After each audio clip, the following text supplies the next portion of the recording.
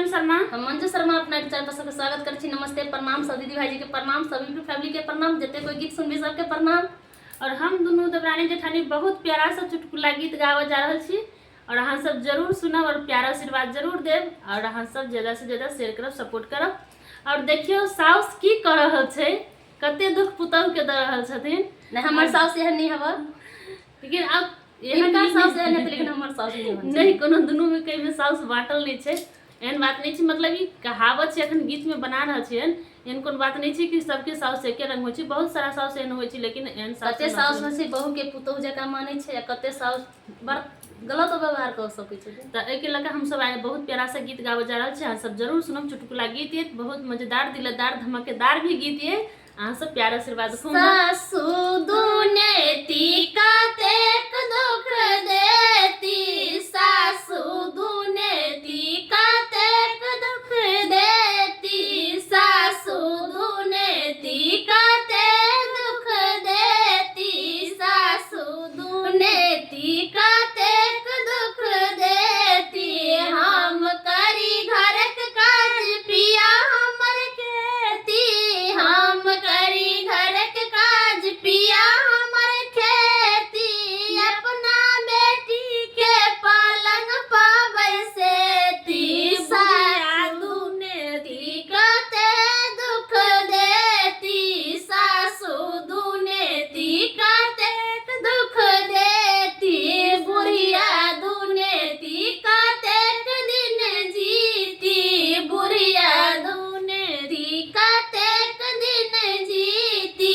बुढ़िया दुनेती कतेक दिन जीती, बुढ़िया दुनेती कतेक दिन जीती, सासु दुनेती कतेक दुख देती, सासु दुनेती कतेक दुख देती, सासु दुनेती कतेक दुख देती। हम पहरी गुदरी पिया हमर धोती, हम पहरी गुदरी पिया हमर धोती,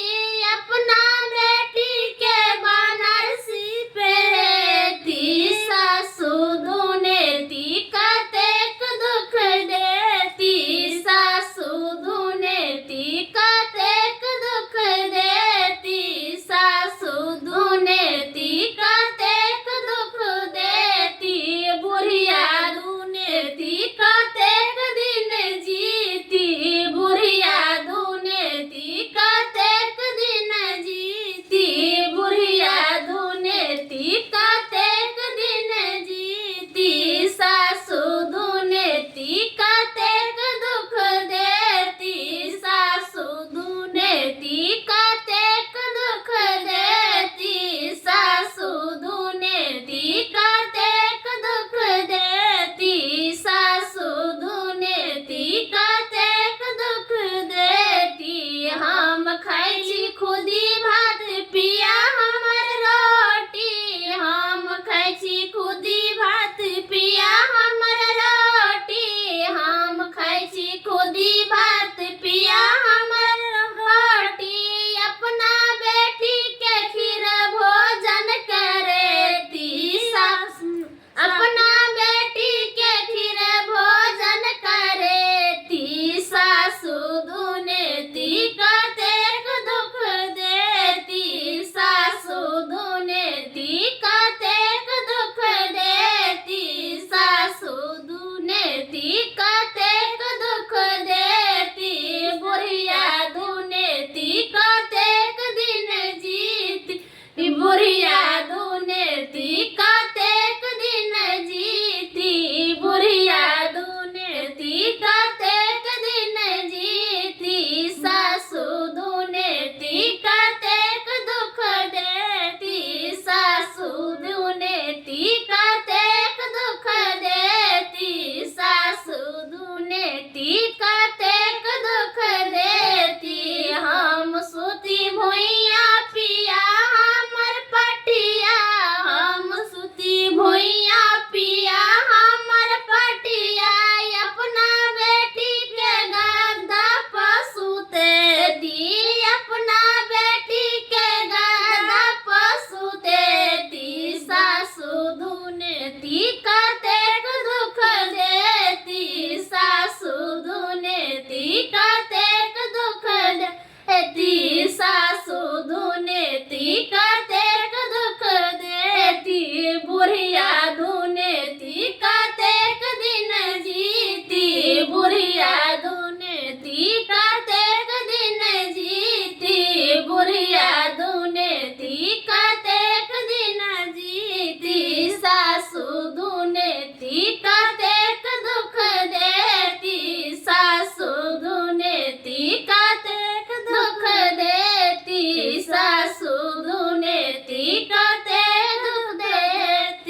हम बैठी भोइया पिया हमर पिया, हम बैठी भोइया पिया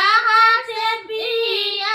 अपना बेटी के कुर्सी पर बैठे ती, अपना बेटी के कुर्सी पर बैठे ती, सासू दुने ती कतेक दुख देती, सासू दुने ती कतेक दुख देती, बुढ़िया दुने ती कतेक दिन जीती, बुढ़िया दुने ती कतेक दिन जीती, बुढ़िया दुने ती कतेक दिन जीती, सासू दुने ती कतेक दुख देती, सासू दुने ती कतेक दुख देती, सासू दुने ती कतेक दुख देती, हम रही भूखल पेट पिया उपासी, हम रही भूखल पेट पिया मन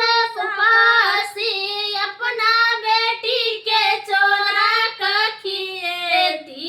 अपना बेटी के चोरा कखिएती, बुढ़िया दुने ती कतेक दुख देती, सासू दुने ती कतेक दुख देती, सासू दुने ती कतेक दुख देती, बुढ़िया दुने ती कतेक दिन जीती, बुढ़िया दुने ती कतेक दिन जीती, बुढ़िया दुने ती कतेक दिन जीती, बुढ़िया दुने ती कतेक दिन जीती। देखियो कते दिन जीती सब दुख देवला केहन हमरा सबके साउस नहीं चाहे बहुत के साउस एहन नहीं रहे छै, लेकिन हम सब गीत बनैलिए बहुत मजेदार गीत छै कि हम सब बहुत एहन साउस होइ छै कि बहू के कदर नहीं दै छै, एहन बहुत साउस है कि बहू के बेटी के दर्जा दै छै, लेकिन एहन नहीं होबक चाहे कि हम सब गीत के माध्यम से कहले कि एहन साउस से बुरा नहीं मानब और बुरा नहीं सासू माँ सब जते सुनब सबसे माफी चाहे छी, बुरा नहीं मानब अहाँ सब। गीत के हम सब गीत के माध्यम से गेले कोई एहन नहीं कि हम साउस के ऊपर गेबे कैलिए।